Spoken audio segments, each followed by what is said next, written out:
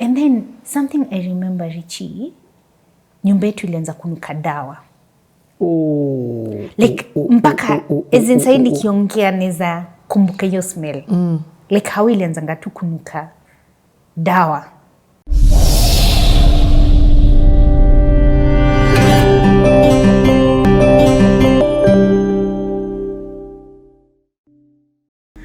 But sasa after 2 months in the hospital, it was time for him to come home. But now he comes home, he can't go to work. Can he walk? He's walking on crutches. Okay, so what does this even do for you? So, okay, first and foremost, even before he comes home, this guy, before this, when you've been talking about daddy, everyone be calling him dad, you've been speaking with a glow in your eye. You get? This guy is Superman to you.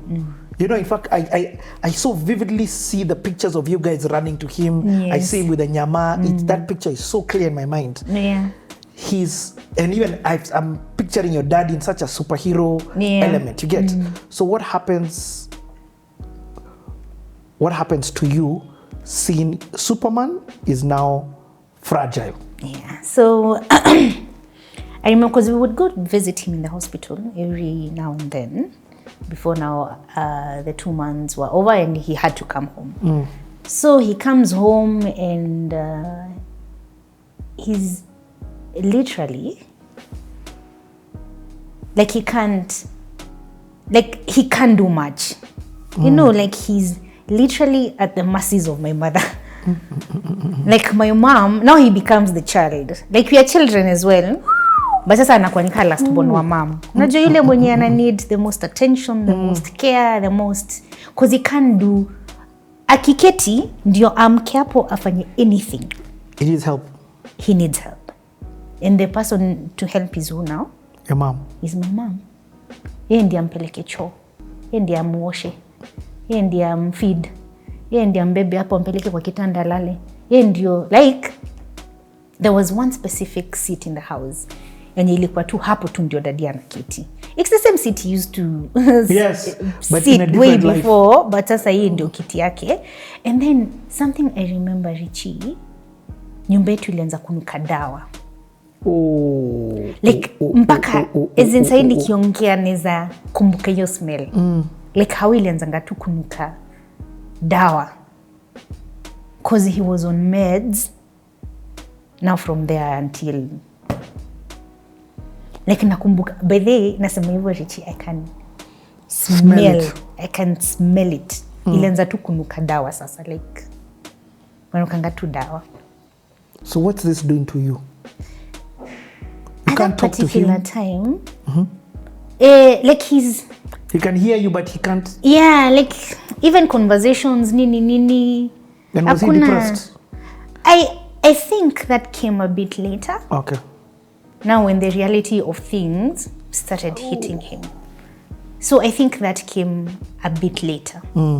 So what happens at this time is we go back to school because the holidays, tulisharudi shule.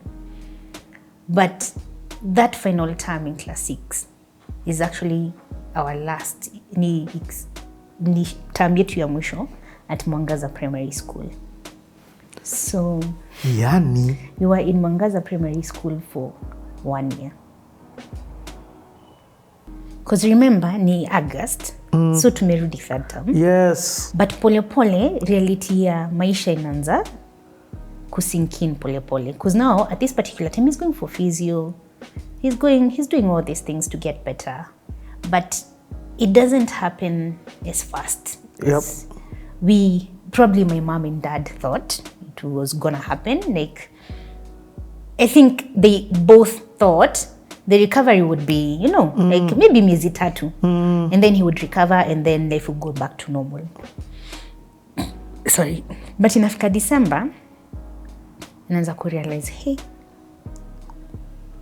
maisha ya watoto Nairobi, maisha ya rent, maisha ya kila kitu inaanza kukua tricky. Because as much as the salary is coming in, kuna barua zimeanza kutoka kazini. Because you see, like he couldn't fly out. Like he couldn't. Yes. Like he couldn't do much. And you see, there's a grace period. There's a good grace period. But by the time ilikuwa inafika December, I think your reality, it's over. You're not going to back to work anytime soon. Like that is not going to happen for you. So if you're not going back to work, tunafanya nini Nairobi? I feel like that's the conversation alikuwa nayo kwa bedroom bila sisi.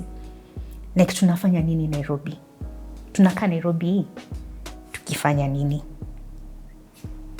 I think it would be better for you and for all of us if we went back to Ushago na tukafanya nini? Tuishi huko.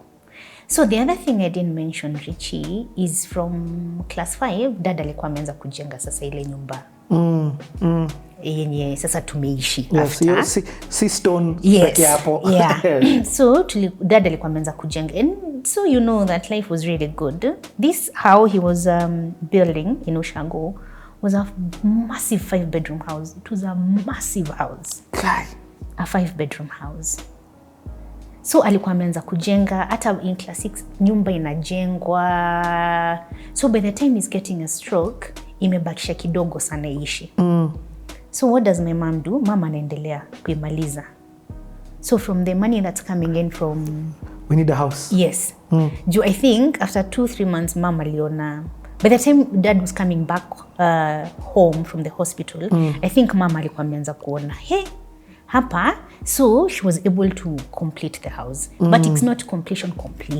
Si ile ati nile tu kuna plaster chini, dirisha zimewekwa, hakuna hata plaster in the house. It wasn't the original plan. It wasn't the original plan. It was for let's just move in. Exactly. So by December, things are not working. Hatuwezi kaa Nairobi. We have no reason to stay in Nairobi now because huyu harudi job anytime soon. So what happens, Richie? Tunarudi wapi? Ocha. Kibirigwi. Na tunarudi shule gani? Kibirigwi Primary School. No way. Yes. Hata si your private. Guy. Not a private school. Kibirigwi Primary School. Na sasa hii tunaenda class 7. So mimi naenda class 7 sasa. So we moved back home. Kabisa. Na tukatoka Nairobi, vitu zikabebwa na tukarudishwa Kibirigwi. When you think of yourself, when you know, it's hard to ask you what were you thinking then because you realize like you're in class 7, even age-wise. But when you think of yourself now and you remember that time, you can maybe articulate better. You can be like, I mean, ilikuwa mess, hata sikujua. But so what tell me what that your life ilikuwa unaenda juu slowly, most everything is just, it's the trajectory ni mlima on your climbing. It's like you've been brought back to the beginning. What does that do to you?